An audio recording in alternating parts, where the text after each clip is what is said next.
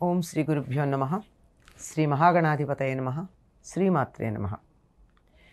కర్కటే పూర్వఫల్గుణ్యాం తులసీకాననోద్భవాం పాండ్యే విశ్వంభరాం గోదాం వందే శ్రీరంగనాయకీం. నీళాతుంగస్తనగిరితటీ సుప్తముద్బోధ్య కృష్ణం పారార్జం స్వం శృతిశతశిరసిద్ధమధ్యాపయంతి స్వోచ్ఛిష్టాయాం సృజనిగళితం యా బలాత్కృత్య భుంక్తే గోదా తస్యై నమ ఇదమిదం భూయ ఏవాస్తు భూయః. శ్రీ భూనీలా సమేత గోదారంగనాథ స్వామినే నమః. మధుర భక్తి మార్గంలో జీవులు తరించవచ్చు అని నిరూపించటానికి పన్నిద్దరాళ్వారులలో ఒక ఆళ్వారు అయిన గోదాదేవి భూదేవి అంశతో భూమి మీద అయోనిజగా అవతరించటం జరిగింది. దరిదాపుల్లో 1200 సంవత్సరాల క్రితం మధురా పట్టణానికి సమీపంలో ఉన్న శ్రీవిల్లిపుత్తూరులో విష్ణుచిత్తుడు అనేటటువంటి ఒక భక్తుడు ఉండేవాడు. ఈయన్ని పెరియాళ్వార్ అంటారు. అంటే 12 మంది ఆళ్వారులలో ఈయన పెద్దవాడు. ఈయన పేరు భట్టనాథుడు. ఎల్లప్పుడూ విష్ణువుని తన చిత్తమునందు నిలుపుకుని తానే విష్ణువు యొక్క అభిప్రాయాన్ని మాత్రమే అమలు జరుపుతానని, తానే విష్ణువు యొక్క చిత్తము, విష్ణువు చిత్తమే తాను అన్నట్టుగా ప్రవర్తించేవాడు గనక ఈయనకి విష్ణుచిత్తుడు అనేటటువంటి పేరు లోకంలో వ్యాప్తి చెందింది. ఆయన విల్లిపుత్తూరులో ఉన్నటువంటి వటపత్రసాయిని కొలుస్తూ, ఆ వటపత్రసాయి పసిపిల్లవాడు గనక అతడే తన సంతానంగా భావించుకుంటూ తనకి సంతానం లేదనేటటువంటి బాధ కూడా లేకుండా భగవత్ కైంకర్యంలో జీవితాన్ని చక్కగా కొనసాగిస్తూ ఉండేవాడు. తనకి కోరికలు లేవని, అహంకారం లేదని, మమకారం కూడా లేదని విన్నవించుకున్నాడు. ఆ మమకారం ఉన్నదో లేదో తెలియాలి అని చెప్పి భూదేవంశతో తులసి చెట్లకి పాదులు చేస్తూ ఉన్న సందర్భంలో తులసి పొదలలో ఒక పాప ఆయన కంట పడేటట్టుగా చేశాడు ఆయన ఇష్టదైవం. రోజు పూలు కోసి మాలలు కట్టి స్వామికి అర్పణ చేయడమే తన జీవిత ధ్యేయంగా ఉన్నటువంటి విష్ణుచిత్తుడు ఆ పూలు కూడా తాను పెంచినటువంటి చెట్ల నుంచే రావాలి అని వాటికి పాదులు తవ్వి నీళ్లు పెట్టి ఆ పూశాక కూస్తూ ఉండేవాడు. ఎప్పుడైతే తులసి పొదల్లో ఒక పాప లభించిందో అది కూడా ఒక పుష్పం అనుకున్నాడు. ఒక పుష్పమాలికగా భావించి, భగవత్ ప్రసాదంగా భావించి ఆయనకి అంకితం అనుకున్నాడు. తండ్రితో పాటుగా ఆ అమ్మాయి పెరుగుతూ వచ్చింది. భూదేవి తనకు ఇచ్చింది గనక గోదా అని పేరు పెట్టుకున్నాడు. గో అంటే భూమి అనే అర్థం కూడా ఉంది. గోదా అంటే భూమి చేత ఇవ్వబడింది అనే అర్థంలో. తమిళంలో కోదై అంటే పూలమాల అని అర్థం.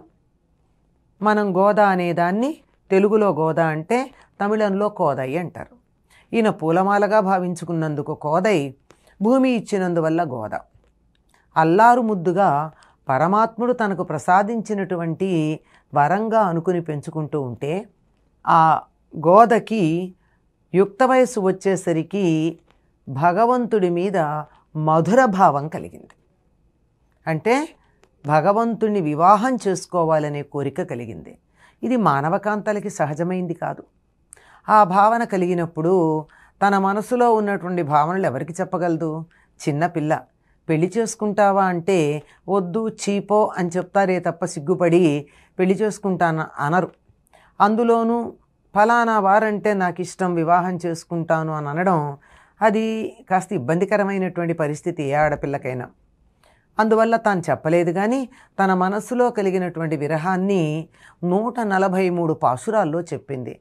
వాటిని నాచ్యార్ తిరుమొഴി అనే పేరుతో తమిళంలో మనం చూడవచ్చు. పాసురం అంటే అదొక రకమైన ఛందస్సు తమిళంలో ఉండేది. అలాంటివి 143 చెప్పిన తర్వాత అందులో ఒక్కొక్కటి ఒక్కొక్క 10 ఒక్కొక్క 10 ఒక్కొక్క 10 చొప్పున ఒక సముదాయంగా ఉంటాయి. ఒక భావానికి సంబంధించింది ఒక 10.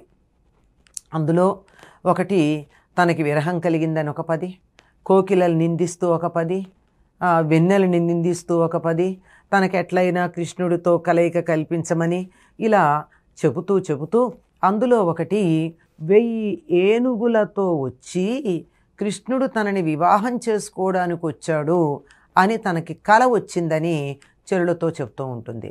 వీటినే తమిళ సంప్రదాయంలో వివాహం చేసుకునేటటువంటి వారు పెళ్ళిలో ఆపాసురాలనే పాడుతూ కొబ్బరి కాయల్ని ఇటు నుంచి అటు అటు నుంచి ఇటు వేస్తూ ఉంటారు.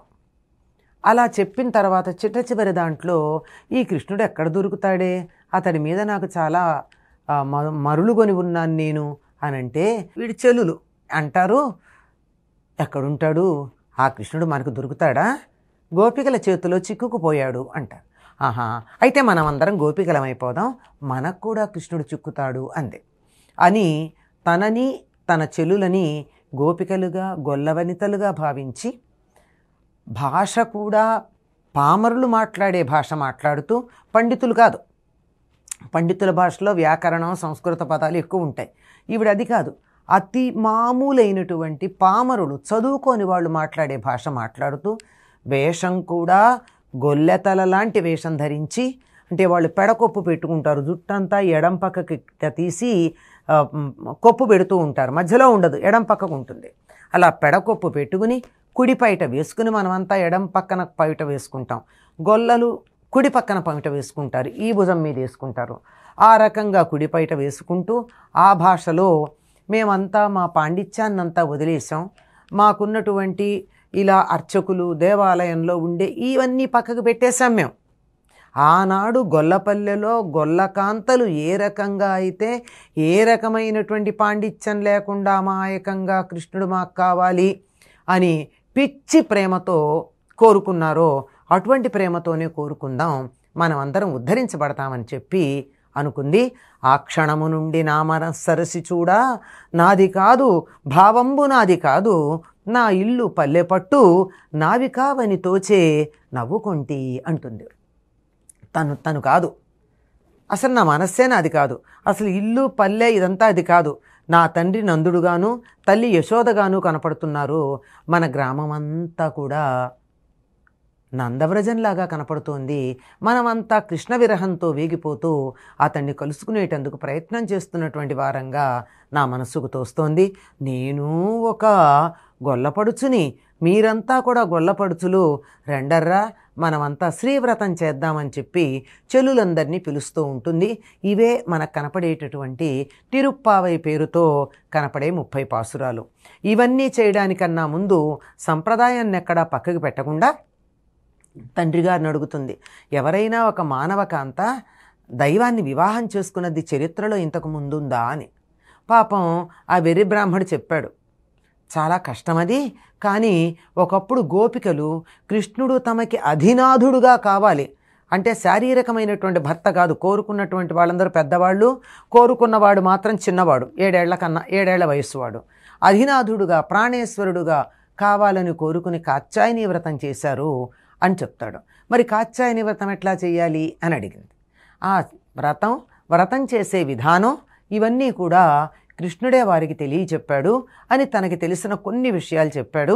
అందులో ప్రధానంగా గోపికలు యమునా నదిలో తెల్లవారుజామున స్నానం చేసి నది ఒడ్డున ఇసుకతో కాత్యాయని దేవిని చేసి పూజ చేయడం, అంతవరకే ఆయనకి తెలుసు. మిగిలిన లోపాలు ఏమన్నా ఉంటే మీరు ఇలా వస్త్రాలు లేకుండా నదిలో స్నానం చేసి వ్రతభంగం చేశారని చెప్పి ఆ చీరలు తీసుకెళ్ళిపోయి వారికి చీరల మీద ఉన్న మోజుని పోగొట్టాడే, ఇలాంటివన్నీ కూడా చెప్పాడు ఆయన. కానీ వ్రతం పూర్తిగా ఎలా చేయాలో తెలియదు. చెప్పిన వరకు గ్రహించి ఆవిడ మర్నాటి నుండి వ్రతం చేయాలని నిశ్చయించుకుంది. ఆ మర్నాడు మార్గశిర పూర్ణిమ, ధనుర్మాసం ప్రవేశించినటువంటి రోజు. అందుకని ఆ మర్నాటి నుండి అంటే రేపటి నుండి గోదాదేవి వ్రతం ఎలా చేసింది, ఆ స్నానానికి ఎలా వెళ్ళింది, ఏ పాసురం చెప్పింది అన్నది మనం ఒక్కొక్కటి తెలుసుకుందాం. స్వోచ్చిష్టమాలికా బంధగంధబంధురజిష్ణవే విష్ణుచిత్తతనూజాయై గోదాయై నిత్యమంగళం. స్వస్తి.